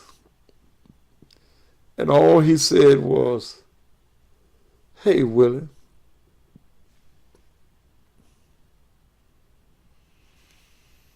Hey, Willie.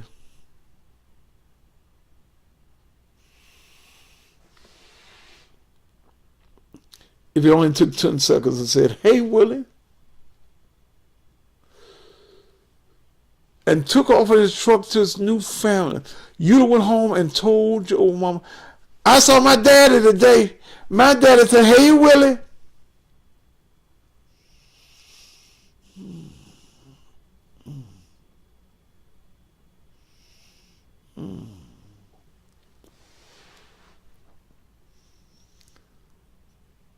Go and tell your children, hey.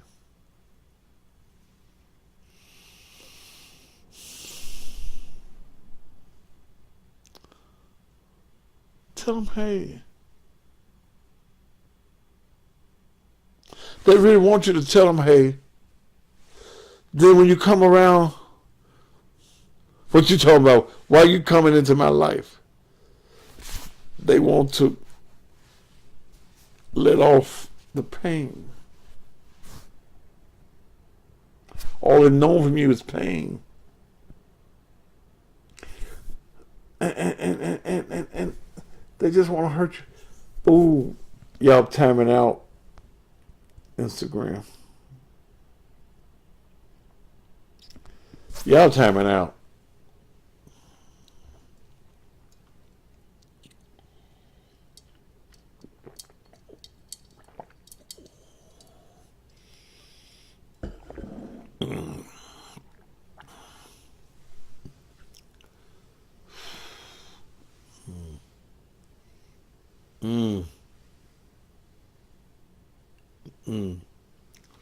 And I think y'all writing a lot of the hurt.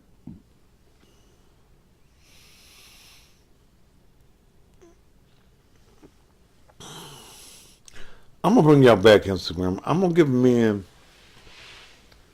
a few more minutes to share with me. Some of you really want to talk about it. Some of you ain't thought about it in years.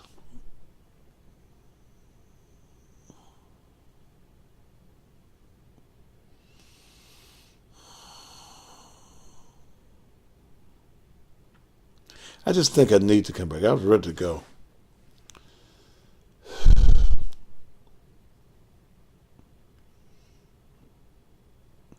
But I just feel the need to come back.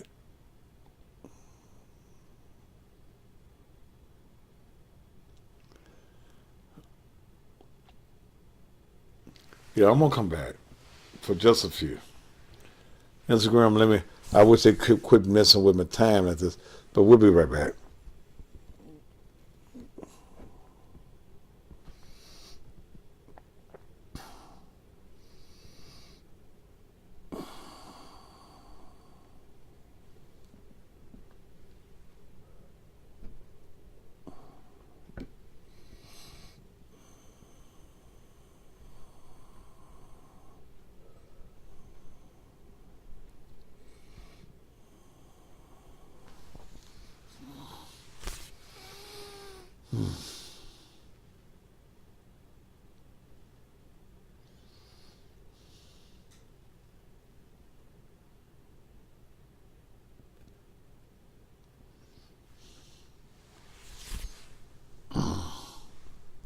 Phone.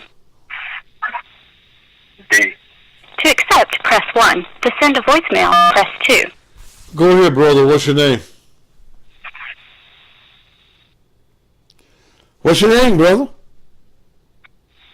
D. All right, what's on your mind, D? Go ahead, brother. Can you hear me? Yeah, if you got anything else on, turn it down, and don't talk to me in the speakerphone. Talk to me directly in the phone.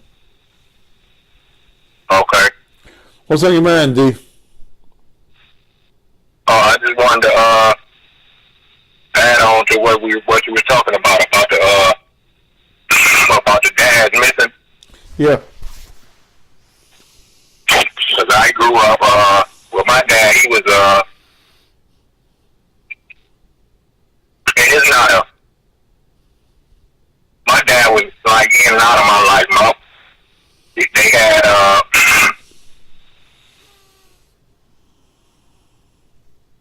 I had 9 siblings. Okay. With my mom, just with my mom, and my dad had like a couple more kids outside of that relationship. But by the time I was born, I'm the youngest of the 9, and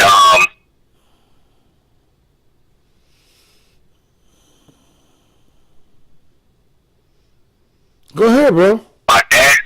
my dad, him and my mom was already divorced by the time I was born. You know, they had 2 kids late. Okay. Like after 40. Okay. So he was already married, you know, and growing up, you know, it wasn't like abnormal to me, you know. I automatically understood that, you know, once I was old enough to know, I automatically understood that my dad had another wife, you know what I'm saying? He's not here with us. Okay. But he was there with my older sisters and brothers, but he, like I said, he wasn't here with my older brother, us last 2. So, but like I said, I grew into this, like, as soon as I could understand, it seemed like I understood that, you know, my dad had another wife, or you know, he didn't stay with us, he had another wife, but it seems like I never really had resentment towards him about that, because he did come around, he did spend time with us, you know, it wasn't every day, maybe a couple of times a week, just to high and by, like you said, maybe 10 seconds sometimes, just,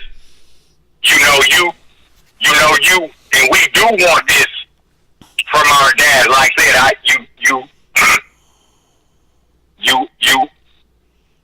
it didn't seem that normal to me because at least I got that much. Okay. And I knew God didn't have dads, but they didn't express that they never, as guys, and I grew up with my peers, we might have been 10 deep, 10 of us around the same age. Mm-hmm.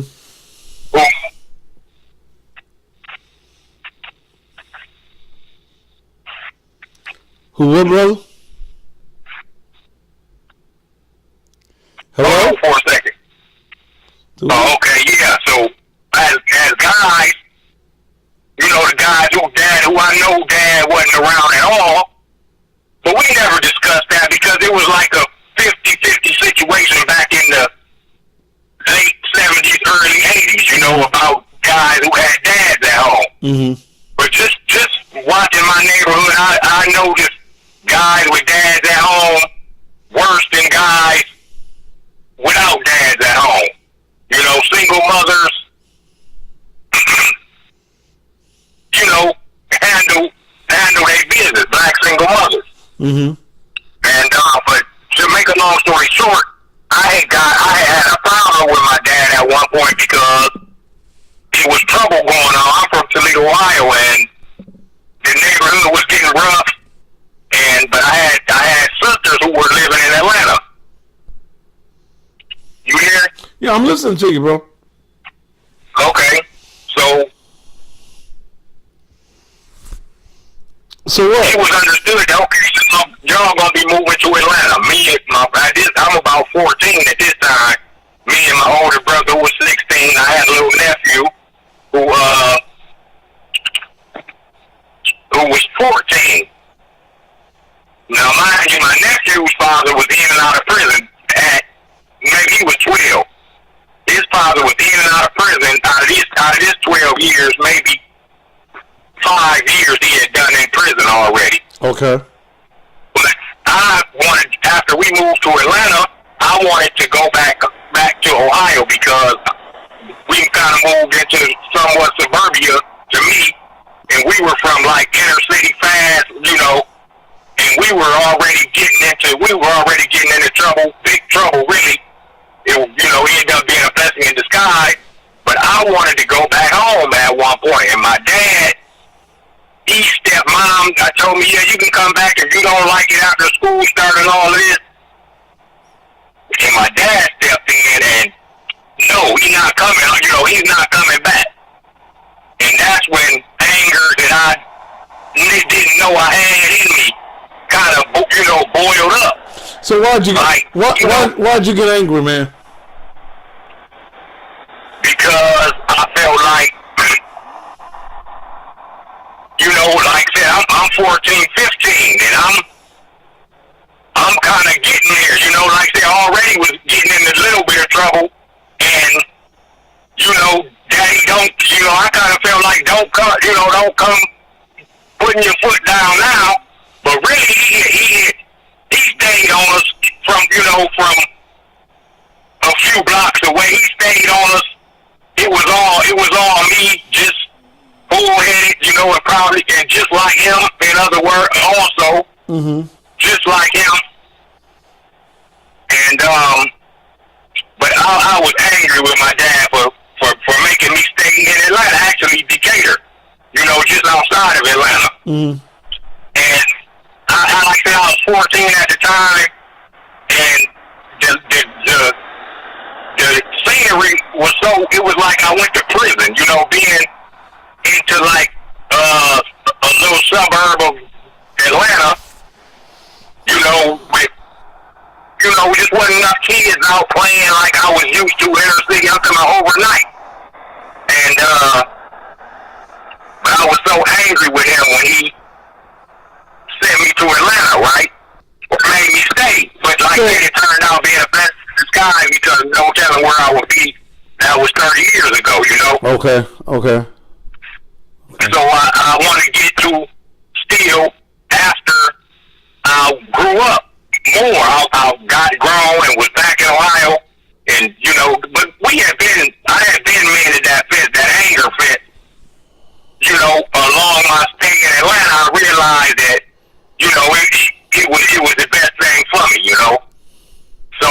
So how do you feel about your daddy now?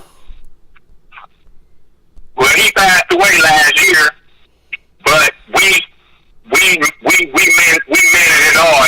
It felt good, even though it feels good to know that, because we had another spat at one time where, when he was, maybe a little later in life, I was like 30 years old, and I was an alcoholic, which he was an alcoholic. But he was a recovering alcoholic. He had been sober maybe 30 years, and I was in my prime, drinking prime. Okay. And he was trying to, but I had been living in Atlanta all this time. I had just only been back in Ohio maybe 3 or 4 months, but I was I'm a grown man now, and I'm drinking.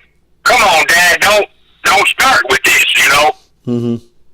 And he tried to put me out the house, and I'm like, where were you to tell me about drinking? I've been gone from here 14, 15 years, and we blew up, But we ended that because I ended up quit drinking, and guess who the first person I called?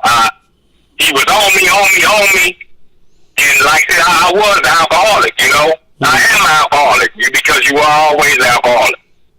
But I'm a recovering alcoholic. Okay. And I got so frustrated one night I went to go get beer, and the guy at the store told me, I'm not selling you beer. I might have missed the time by 1 minute. I was so angry at the guy, I wanted to climb through the window. And I was going through a lot, and I was just so fed up. I said, man, you know what? I'm gonna take me a little break. So I called my dad. It's like 5 in the morning. He come pick me up and take me straight to an AA meeting. At 5 o'clock in the morning? They started at like 7. He might have knew one that started at 5, because like I said, he had been recovering for 30 years. Okay. And he was serious about alcoholism. And he took me to AA 5 in the morning. No, maybe about 7. But I asked him, I said, man, just give me one beer, I'm done.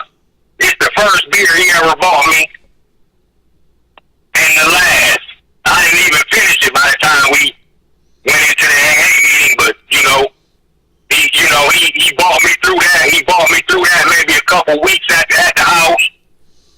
Fed me, treated me like a baby. Mm-hmm. I was like 33 years old, and I just loved him so much for that, And he knew that, I knew that, and his last few years, he was going downhill with, oxygen problems and breathing problems, so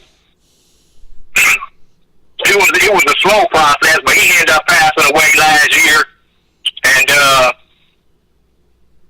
he was in hospice, so I had to go see him one time, but after I left that time, I knew that I wasn't going to see him no more. Okay.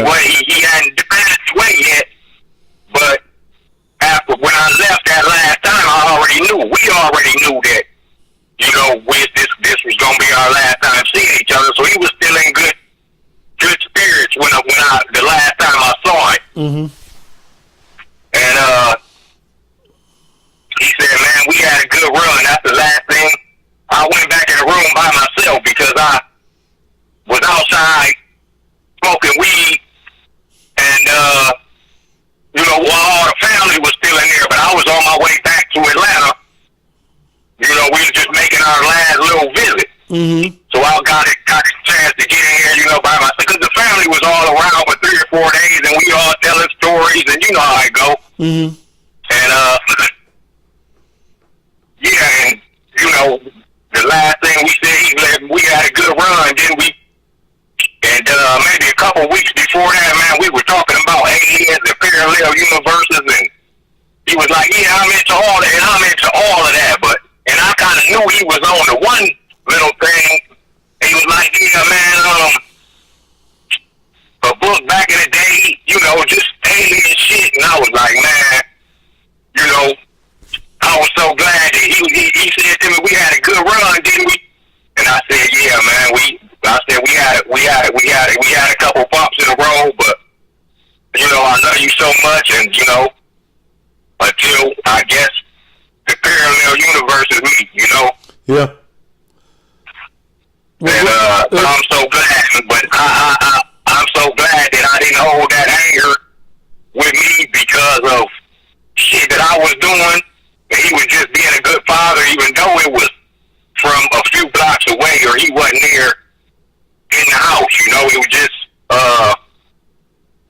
it just felt good that he even that I got a chance to talk to him while he was still in good mind. And I would see him every year. We had actually a beautiful relationship. I just wanted those couple spats in there from him not being in the house father and me being in Atlanta for over, the last 30 years of our relationship. I see him every year and a couple times a year here and there, but we hadn't really knew each other. You understand what I'm saying? Well, brother, I'm glad that I feel like passed away, not really knowing. He didn't know me except for the fact that he knew that I was him. See what I'm saying? He know I'm nothing but like him. All right, brother. I appreciate you letting it on for you, man, and saying the things that you're saying. And I'm also glad that you established a loving relationship between you and your father, because y'all had a good run. Boy, that'll preach. Yeah. Y'all had a good run. Hey, brother, thank you for calling me from. Are you still in Atlanta, or you're back in Ohio? Yeah, I'm still here. I'm out here in Riverdale now. Oh, okay. But yeah, I'm a master barber. I've got a pretty good establishment. I've been in the same place 10 years, and I'm just hanging on down south. All right, man. Hey, man, I appreciate you. Thank you. Leroy, I see what you're saying, brother, but see, you a man that just don't care about your father, and there are men that do. So don't come back and say these men so too sensitive about daddy issues. If you be real with yourself, you sensitive too. Because you keep talking about your closeness to your sisters and your mama. That's because you want to alienate the memory and the thought of your father. So you don't even want to let it enter into your frame of thinking that you could have been hurting. Okay? Man, I don't even want to hear that shit. And if that's your mindset, then brother, something wrong with you. Okay, something wrong with you, brother. You're going to write a book called Fuck You Daddy. You said at 57 years old, it don't matter to you. Then why would you write a book? That's hurt. That's anger that you don't want to admit to, brother. Okay? You're going to write a book. Man, you torn. You're hurt. That's what's wrong with you, brother. You're hurting. And you don't want to admit to the pain that you have. It's all right, brother. It's all right to hurt. It's all right to have the pain. But you're being tough on this board, brother, about something that's real, brother. If it inspires you, brother, then open up your mind, man. Open up your head. Your mama was good to you. You took care of your mama. You took care of your sisters. But you still got some pain issues, brother. Because you're going out of your way. You're going out of your way to show those of us that's watching and watching your comments that you really did care.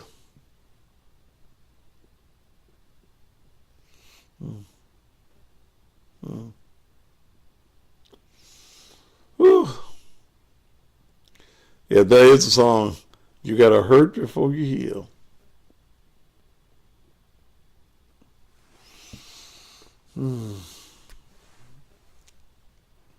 And it's all right to hurt. So you first thing you got to understand is it's all right to hurt. It's all right to have painful issues. It's all right to cry. It's all right to get angry at your past. Oh no, Leroy, you care. You keep talking about it. You care. And ain't nothing wrong with that. You don't want to let yourself care. But the inner you, it bothers you. The what ifs of life is a powerful thing, man. All right. If that's not anybody else got a good show idea, thank you, Brother Woody Brown, for this show idea. It worked a whole lot better than I thought. And I'm glad I didn't do this in the midday. Any more of you have good show ideas? There it is, scrolling across the screen. Ooh. I'm trying to get off this air.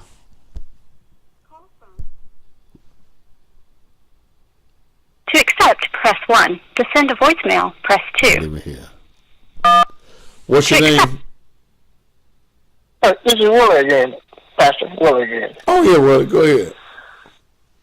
Well, I just want to say, man, it's been a deep conversation. I didn't think the topic would get the feedback that it's gotten, and a few minutes after I hung up from you, my sister called me and said that some friends told some people that they heard my name and where I'm from, and so they figured it was me, so she tuned in.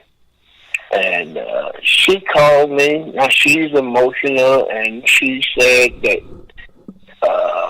from here on out, you got a new listener now. So she's gonna, she's on board now, and she said she's going to start being an active member of the page, and so I just want to say thank you, fellas. What's your sister's name? Janice. Janice? Yeah, Janice.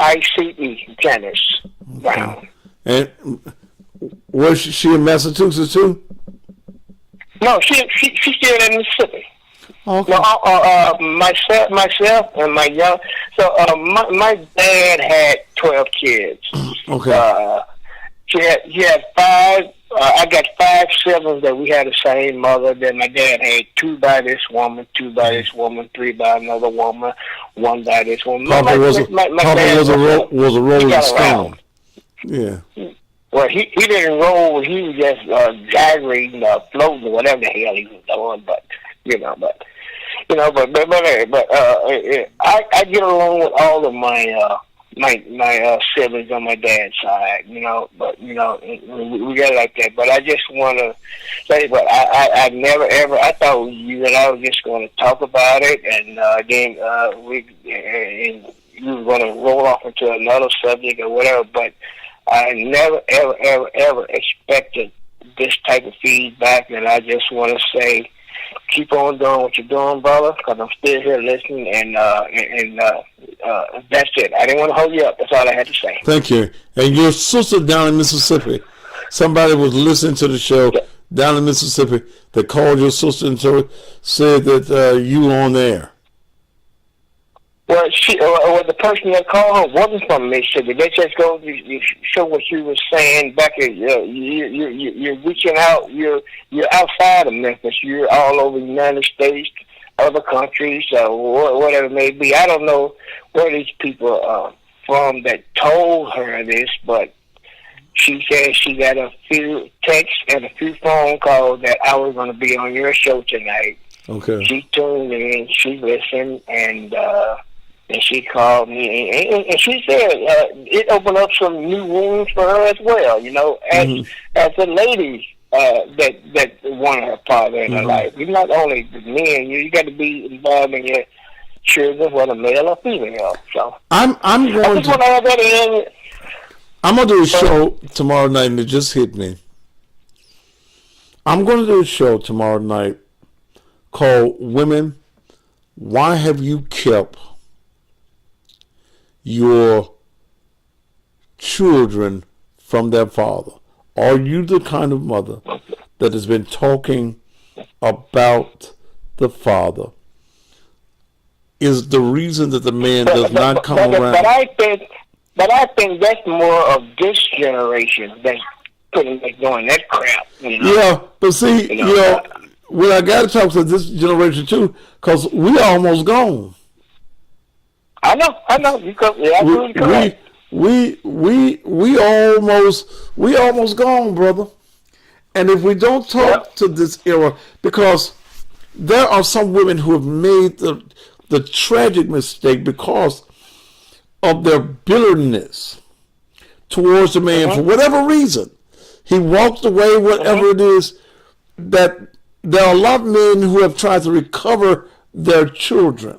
There are some men that never will, but there are some men who have tried to recover their children. But the bitterness of a woman have closed the door, and I think that that's going to be an interesting conversation.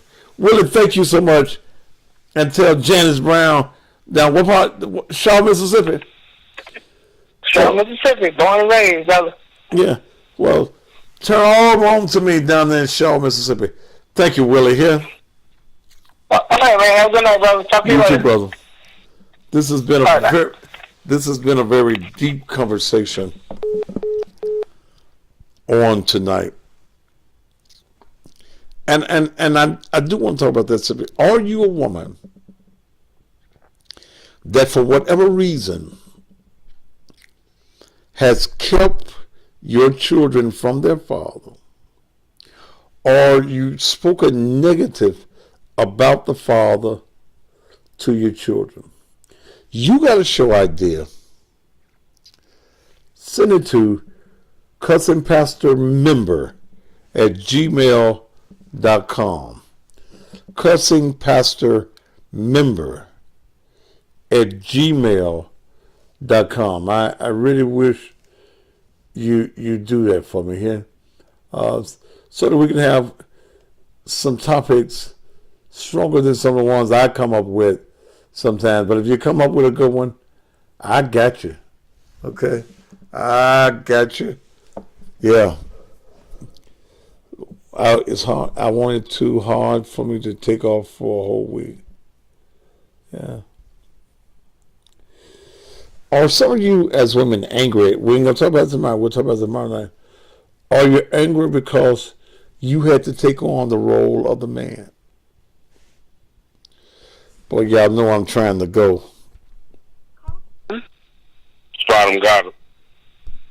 To accept, press 1. What's your name, brother? Bottom got him. Your name is what? Bottom got him. What's your first name, man? Okay.